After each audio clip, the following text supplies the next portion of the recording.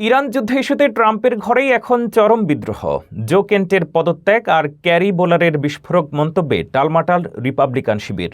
সাবেক সহযোগীদের অভিযোগ, মার্কিন সরকারকে এখন নিয়ন্ত্রণ করছে ইসরায়েল। মাগা আন্দোলন কি তবে সত্যিই শেষ?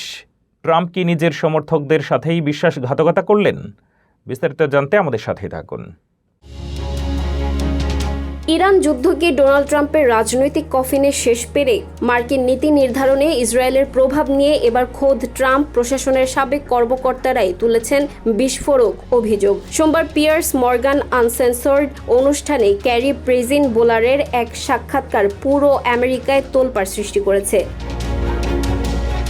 বোলার সরাসরি দাবি করেছেন, ইসরায়েল এখন মার্কিন সরকারকে আক্ষরিক অর্থেই দখল করে নিয়েছে। তিনি বলেন, আমরা আর এই ডোনাল্ড ট্রাম্পকে চিনি না। ট্রাম্পের এক সময়ের এই ঘনিষ্ঠ বন্ধু আরও জানান, প্রধানমন্ত্রী নেতানিয়াহুর ঘন ঘন যুক্তরাষ্ট্র সফর প্রমাণ করে যে আমেরিকা এখন একটি বিদেশি শক্তির প্রভাবে পরিচালিত হচ্ছে।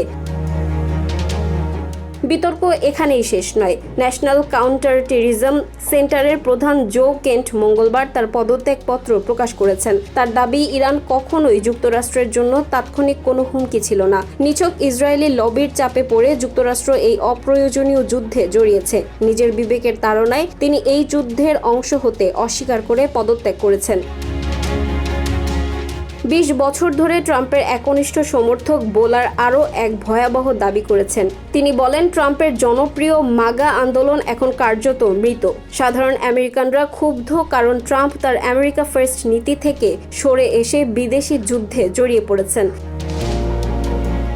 গত ২৮ ফেব্রুয়ারি শুরু হওয়া এই ইরান যুদ্ধ এখন খোদ রিপাবলিকানদের মধ্যে চরম বিভাজন তৈরি করেছে। ট্রাম্প কি পারবেন তার ক্ষুব্ধ সমর্থকদের আবার এক করতে, নাকি এই যুদ্ধই হবে তার রাজনৈতিক ক্যারিয়ারের সমাপ্তি? মার্কিন রাজনীতি এখন এক অনিশ্চিত ভবিষ্যতের মুখে।